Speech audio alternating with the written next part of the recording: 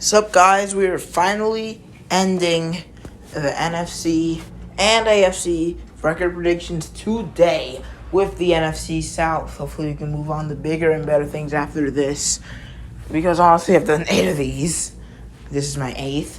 And I can finally go on to playoff predictions, most likely. Or maybe not, maybe I'll just do something else. But since this is called Talk Sports, I will mostly be talking sports on this channel, I think. But I'm also thinking of doing some Pokemon-related things with this channel, so stay tuned for that. Non-Pokemon gameplay, because this gameplay will be on my other channel. But yeah, that's all I really have to say before we get to the start of this video. Like it and subscribe, because honestly, this is the best video of all time, because we get to talk about the Falcons. First, as they are the first team that I predicted in the NFC South. Actually, the first team that I predicted at all. I even predicted their points of the games that they're playing in. But let's get to the roster. We've already talked about this before. Check out that video as well.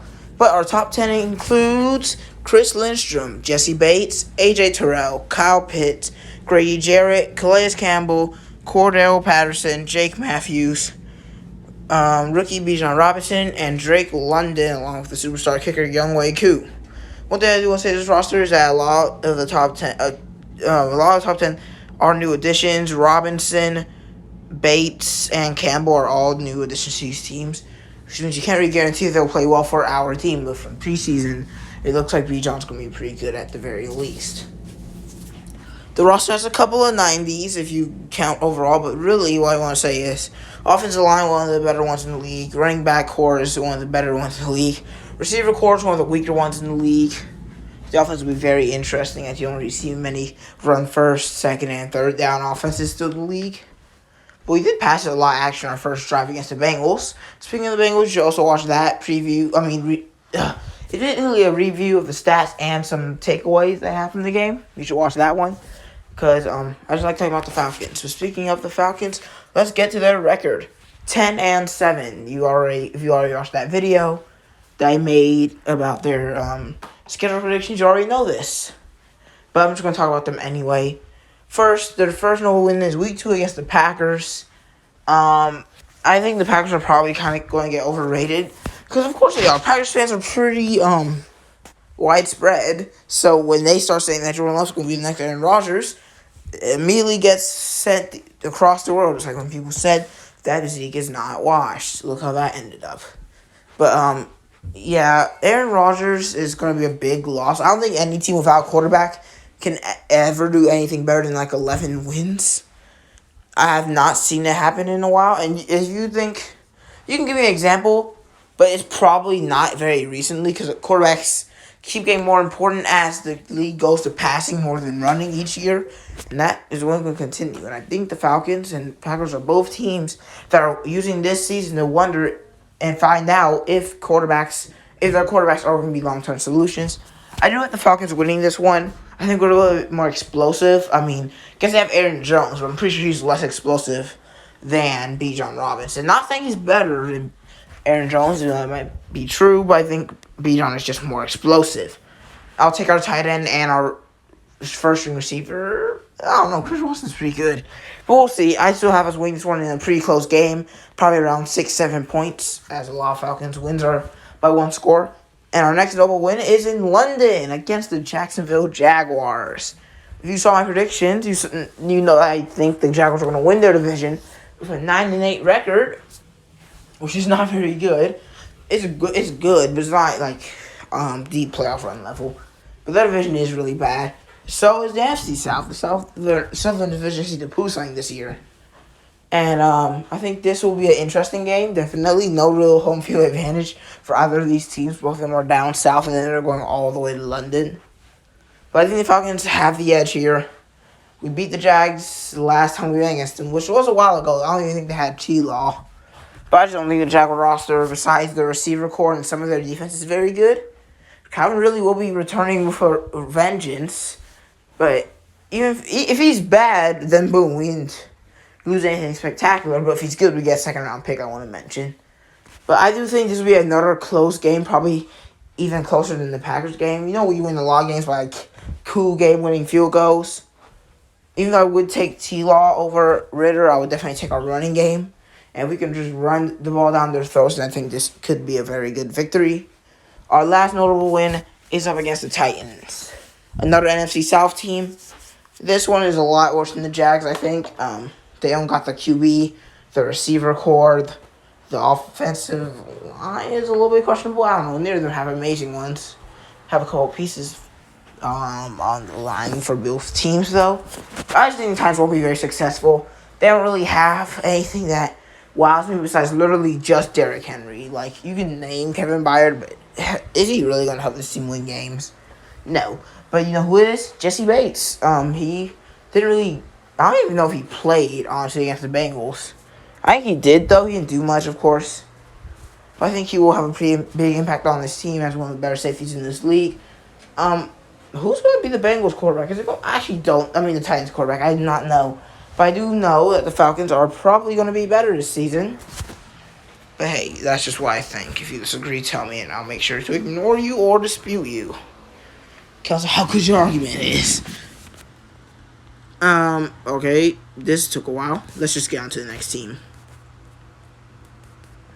And I think the next team is the Carolina Panthers. Yeah, it is.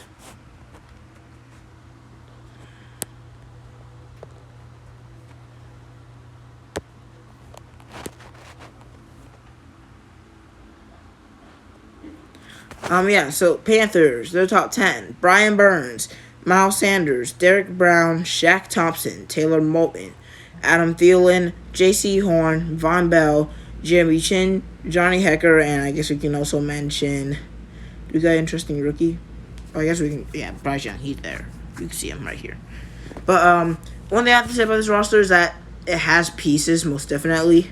Miles Sanders isn't amazing, but he's still a good back. Brian Burns is one of the better edge rushers in the league.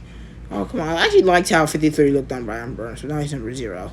You see they have a pretty decent defensive and offensive line and some pretty speedy cornerbacks, but also they don't really do much. Interesting team for sure. But one thing I want to say is I think they're the most overrated team I maybe have ever seen. Like, oh my goodness, there's Panthers fans saying that they're going to win more than 7 games? Are you kidding? They have 7 wins is a bad floor for them. The Panthers roster is incomplete at best. They have a decent quarterback. Well, we don't know how good he's going to be. Even if he is decent, they have not a great receiver core. It's better than the Falcons, I would say, but the Falcons have a good running game when they just have Miles Sanders and Juba Hubbard. And they have an okay offensive line, especially on the tackles. But outside of that, their guards and center aren't very strong. What else do I have to say? Their defense has, like, a few pieces. They have, like, 2 good defensive linemen, which is good.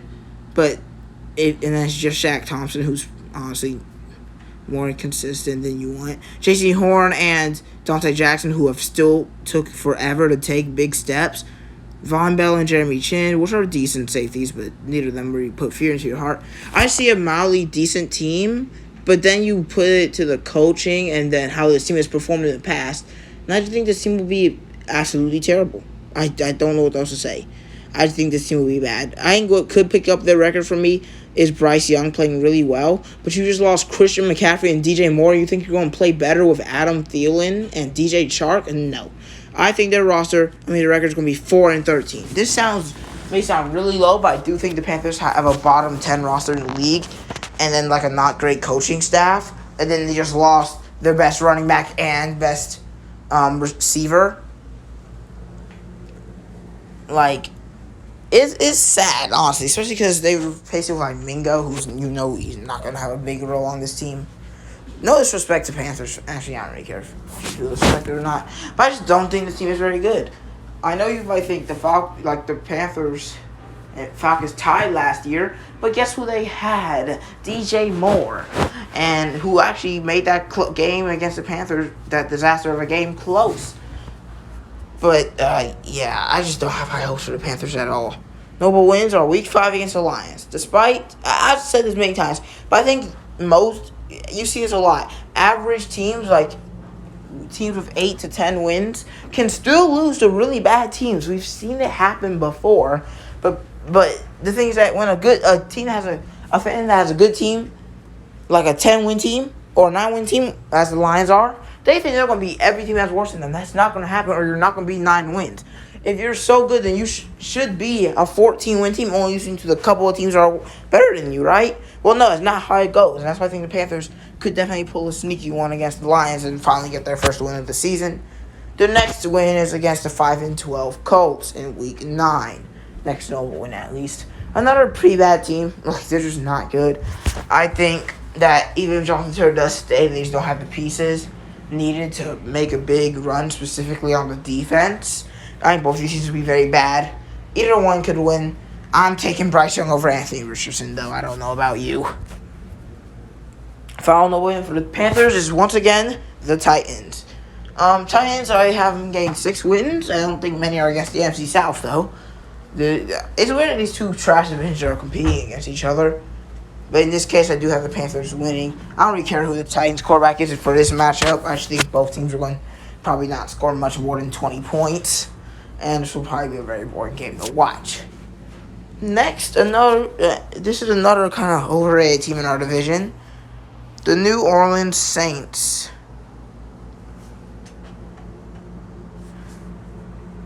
Now, they're not as overrated because they have a roster to win games with, but I still don't think it's going to be enough. Their top players: Tyrann Mathieu, Demario Davis, Marshawn Lattimore, Ryan Ramczyk, Cameron Jordan, Alvin Kamara, Jamal Williams, Chris Olave, Michael Thomas, and Marcus May. Can I just tell you that Chris Olave's rating is criminal? 84 for a 1,000-yard receiver? No, that just should not be happening for Madden. But I also want to say that Michael Thomas does not deserve that. What has he done since that one really good season? Also, the reason I don't think the Saints will be very good is because they literally were 7-10 last year, and what did they do better this season? They lost their defensive coordinator and gained Jamal Williams. I mean, if you look farther down, Derek Carr, he's going to elevate y'all to playoff status. He didn't do that for the Raiders. I don't know if he's going to be able to do it for y'all. But let's actually get into the record predictions now. I think the Saints are going to be 7-10. Not bad, not very good. Kamara is also going to be suspended for 6 games, so you can expect a lot of losses from that time span, as Jamal Williams is not a 20-carry, 15-carry back, and you guys don't really have another option.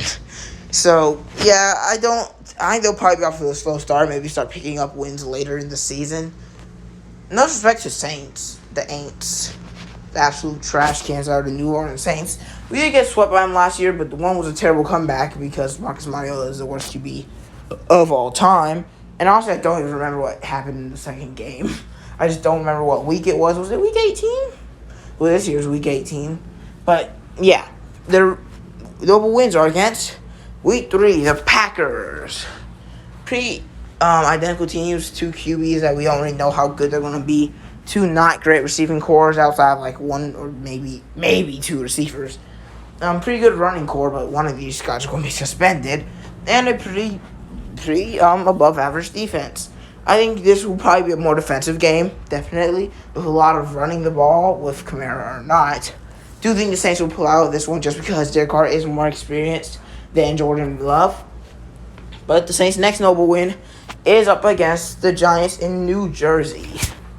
The Giants are going to be interesting. Probably a team that beats people that are way better than them, and losing the teams that are way worse than them just because of the inconsistency of specifically their quarterback and receiver core. I mean, they got Saquon, but does he even want to be there that much? And Darren Waller's as consistent as... Well, let's not go there. He's not very consistent. He's injury prone and all that. He's old. But, yeah, I think the Saints could definitely pull one late in the season when they're trying to find their way into the playoffs, and the Saints could very much upset them in that road.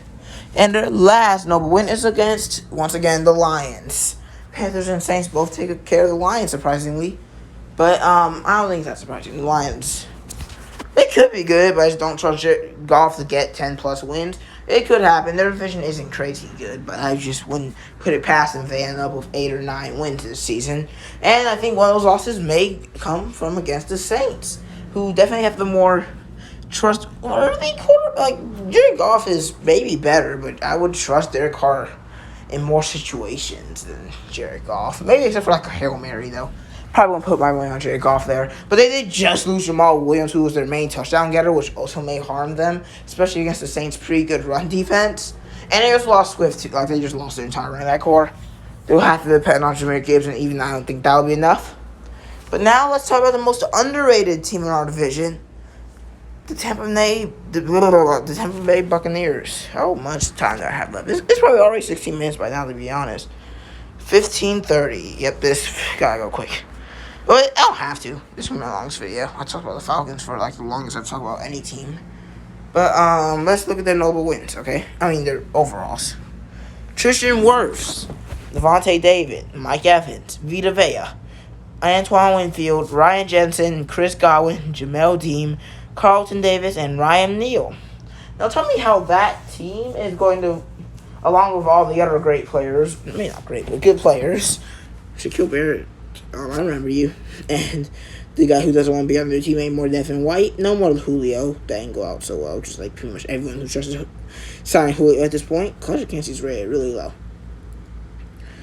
But tell me how this roster is going to get 5 wins max. Like, I just don't understand. It's because people, I mean, they were really bad without Tom Brady. But do you notice how much better their other players got once Tom Brady got there? You think a quarterback leaving is going to make a receiver worse? Well, Devontae Adams is still equally good after going from Aaron Rodgers to Derek Carr. And there is definitely a distance in those two skill levels. So, yeah, I think they're still going to be good. How good, we'll see in a second. But they're definitely not going to be a bad roster, I think. Like, this is my most underrated pick of the year. Like, Tom Brady does not make receivers catch the ball better. Now, yeah, you're going to either depend on Baker Mayfield and Kyle Trask to throw those catchable passes. But we know Baker Mayfield can throw a couple of good passes. It's not. Mike Evans is still probably going to have a 1,000-yard receiving season. Devontae Davis is still going to be one of the best tackling linebackers in the league. And they're still going to have one of the best offensive lines in the league. Baker Mayfield or Kyle Trask does not control how good the offensive line blocks. And that's just facts. And how good the defense plays. Maybe the defense will be on the field more, but that won't matter if they still have these great receivers who are still scoring touchdowns. Chris Godwin and Mike Evans and Russell Gage isn't bad either. But let's get to their record prediction. Yup. Bucks 10-7. That's like double the average amount of wins that you get on an average prediction from these guys. They usually got them going like 4 to 6 wins, I'll say, is their normal. Maybe they hit 7 sometimes. But they're usually in the bottom 5 in the league. I just don't understand that. They went to the playoffs last year. Like, I can't fathom it. But let's get to the notable wins. Week 16 against the Jaguars. Now, this is the Jaguars for like the second time. Jaguars definitely have the upper hand in QB, but the Bucks have the upper hand in everything else. I'm taking Mike Evans and Chris Godwin over Ridley and Kirk. I'm taking, well, maybe not running back. They both have not really great running backs. I'm taking their offensive line. I'm taking their defense, though. I think the Bucks just have the all-around better roster. I'm not going to change my stance on the Bucks. Even though I hate him as the next guy, doesn't mean I'm just going to sit around watching people trash on a team that still has all of their players from last year except for one QB, and they were one of the best defenses in the league. Losing the QB will not affect that as much as you may think. But let's just get down to the next couple of noble wins. Let's go with Week 2 versus the Bears first. Honestly, if you think they're going to lose to the Bears, then I have nothing to say to you. I think the Bears are going to be average at best, underwhelming at worst, while the Bucks at worst are going to be like a 6-7 win team. And that's what the Bears are in my pretty high opinion of them. So I think the Bucks are also just better than them in most spots. So I still got the Bucks winning this one. And the Lions again. The only team in the NFC South that I have the Lions beating is the Falcons, weirdly, especially because I think they're the best team in our division. But you know how the Falcons be. This will be probably a surprising loss, but with the versatility from safeties and the linebackers on the Bucks, I could definitely see them shutting down Jahmyr Gibbs. And then they have the safeties and cornerbacks to shut down Amon-Ra St. Brown. And then Ed Hutchinson is not getting past Tristan Wirfs. Who's on the other side, though? Because he might end up being on the right side. And who do they have to take care of that? Well, that might not work as well as I thought it would. But still, I still think the Bucks just have a better team than the Lions. I know it might seem crazy that I had the Bucks going 10 wins, but well, how far can I make it to the playoffs? Well, we'll see in my playoff predictions. If you want to see those early, hit the like button, but it's still probably just gonna be tomorrow or the day after. If you disagree with my Bucks take, you're just wrong. Dang, this video is more than 20 minutes long. Get out of here.